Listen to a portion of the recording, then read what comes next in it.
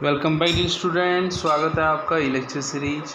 आज जो हम टॉपिक ले रहे हैं कॉस्ट ऑफ कैपिटल के अंदर, वो है आपका cost of retain earning. Last lecture में मैंने आपको बताया था कॉस्ट ऑफ इक्विटी शेयर, आपको याद हो, उसमें डिविडेंड मेथड से, अर्निंग मेथड से मैंने आपको बताया था। अब हम उसी पर बेस्ड हम देखेंगे कि जो अपना रिटेन अर्निंग है और जो इक्विटी शेयर है उसके अंदर क्या रिलेशनशिप है। तो यहाँ पे हम समझते हैं कॉस्ट ऑफ रिटेन अर्निंग को। आप देखेंगे तो कॉस्ट ऑफ रिटेन अर्निंग देखें तो फॉर्मूला क्या है कॉस्ट ऑफ रिटेन अर्निंग का, क्या है। जब क्वेश्चन में आपको कॉस्ट ऑफ रिटेन अर्निंग के लिए पूछा जाए और कॉस्ट ऑफ इक्विटी शेयर दे रखा हो तो हम कैसे निकालते हैं कॉस्ट ऑफ रिटेन अर्निंग, उसकी हम यहाँ पे बात करेंगे। तो आप देखेंगे यहाँ पे कि आपको बता रखा है कि कॉस्ट ऑफ इक्विटी जो रहता है, ठीक है ना, उसी पर क्या बेस्ड होता है कॉस्ट ऑफ रिटेन अर्निंग। बस अंतर ये रहता है कि हम वहाँ पे 1 माइनस टी आई कर देते हैं, 1 माइनस बी कर देते हैं। अब यहाँ पे जो टी आई है, टी आई क्या है, इसको हम इंडिविजुअल या पर्सनल टैक्स रेट बोलते हैं। बी क्या है, ब्रोकरेज या कमीशन हम बोलते हैं। अब हम बात करेंगे कि यदि क्वेश्चन में दोनों नहीं दे रखे हो, खाली टी आई दे रखा हो, मतलब आपको इंडिविजुअल टैक्स रेट दी गई हो, पर्सनल टैक्स रेट दी गई हो, तब आप क्या करते हैं, यहाँ पे 1 माइनस बी जो आप लिखते थे यहाँ नहीं लिखेंगे, आप कॉस्ट ऑफ इक्विटी निकालते समय 1 माइनस टी आई लिखेंगे। तो 1 माइनस बी को आपने हटा दिया क्योंकि क्वेश्चन में नहीं दिया हुआ है। फिर हम देखें तो फिर आगे आपको दिया है कि यदि हम यहाँ पे अपने मेथड देखें कॉस्ट ऑफ इक्विटी के, तो वहाँ पे डीपीएस और ईपीएस में होता है, dividend per share upon market price पर शेयर इनटू 100। यहाँ कॉमन क्या था कि डिविडेंड पर शेयर डिविडेंड के केस में आता है और अर्निंग पर शेयर अर्निंग के केस में आता है, अपॉन में मार्केट प्राइस इनटू 100 आता है।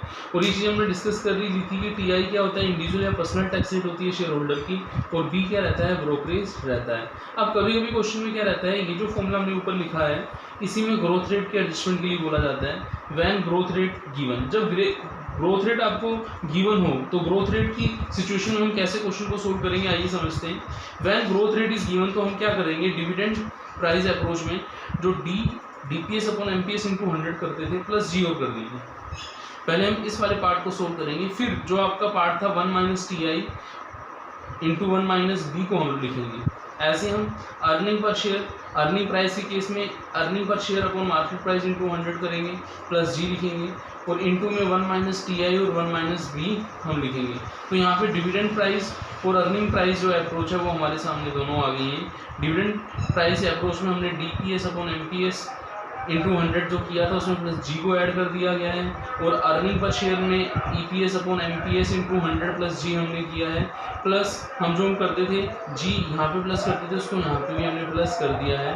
और जो पुराना वाला 1 minus T I, 1 minus individual tax rate और 1 माइनस ब्रोकरेज, वो एज इट इज यहाँ पे आ गया। अब हम देखें कि जो हमने कॉस्ट ऑफ रिटेन अर्निंग पढ़ा है, वो कॉस्ट ऑफ रिटेन अर्निंग आप देखें तो कॉस्ट ऑफ इक्विटी शेयर पर ही बेस्ड है। बस इक्विटी शेयर के साथ यहाँ पे individual tax rate, personal tax rate और ब्रोकरेज, बी फॉर ब्रोकरेज या कमीशन और आपको क्वेश्चन में गिवन होगा। ये आपको डिफरेंस करता है कॉस्ट ऑफ इक्विटी वाले क्वेश्चन में और कॉस्ट ऑफ रिटेन अर्निंग वाले क्वेश्चन में। तो आई थिंक इतनी बात आपको समझ में आई होगी।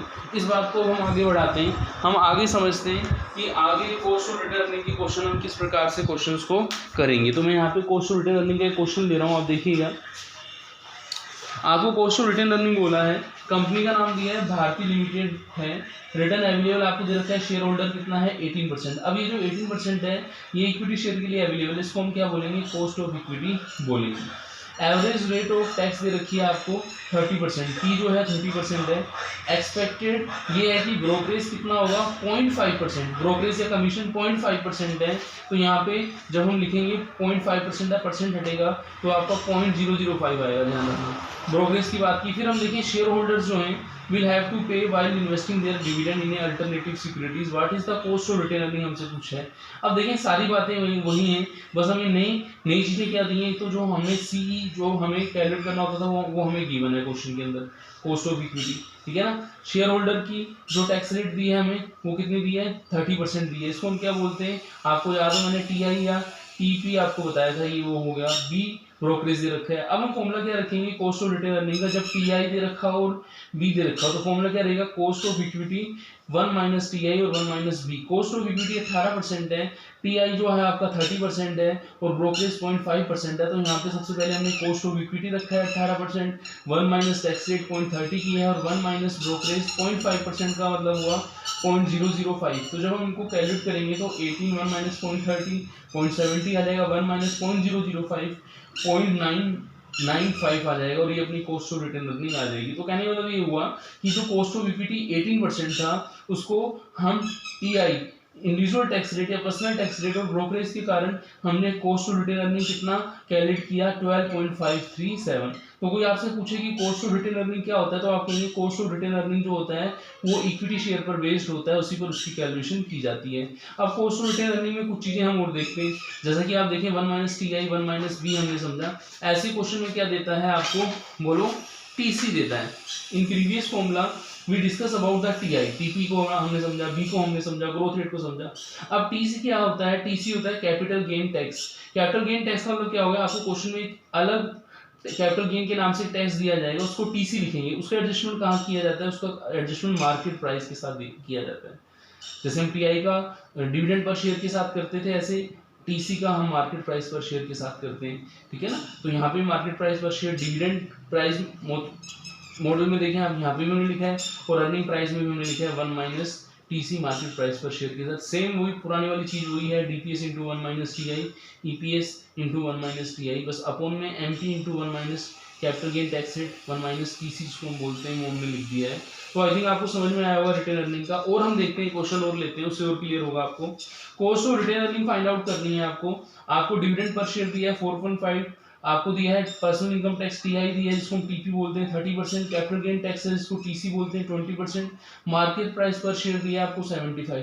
तो कॉस्ट ऑफ रिटेन अर्निंग का फॉर्मूला जब हम देखें तो क्या फॉर्मूला रहता है, 1 minus TI upon MP 1 minus TC into 100। तो 1 माइनस टीआई आप समझ गए होंगे 30% था, 0.30 आ गया 1 माइनस टीआई, और डी कितना था आपका 4.5, एमपी कितना दे रखा था आपको market price 75, 1 minus TC capital gain tax दे रखा है 20%, 0.20 आ गया।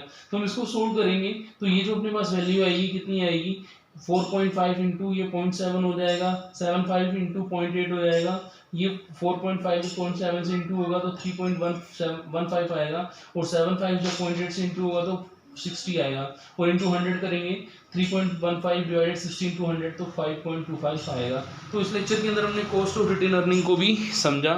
मिलते हैं नेक्स्ट लेक्चर में, थैंक्स।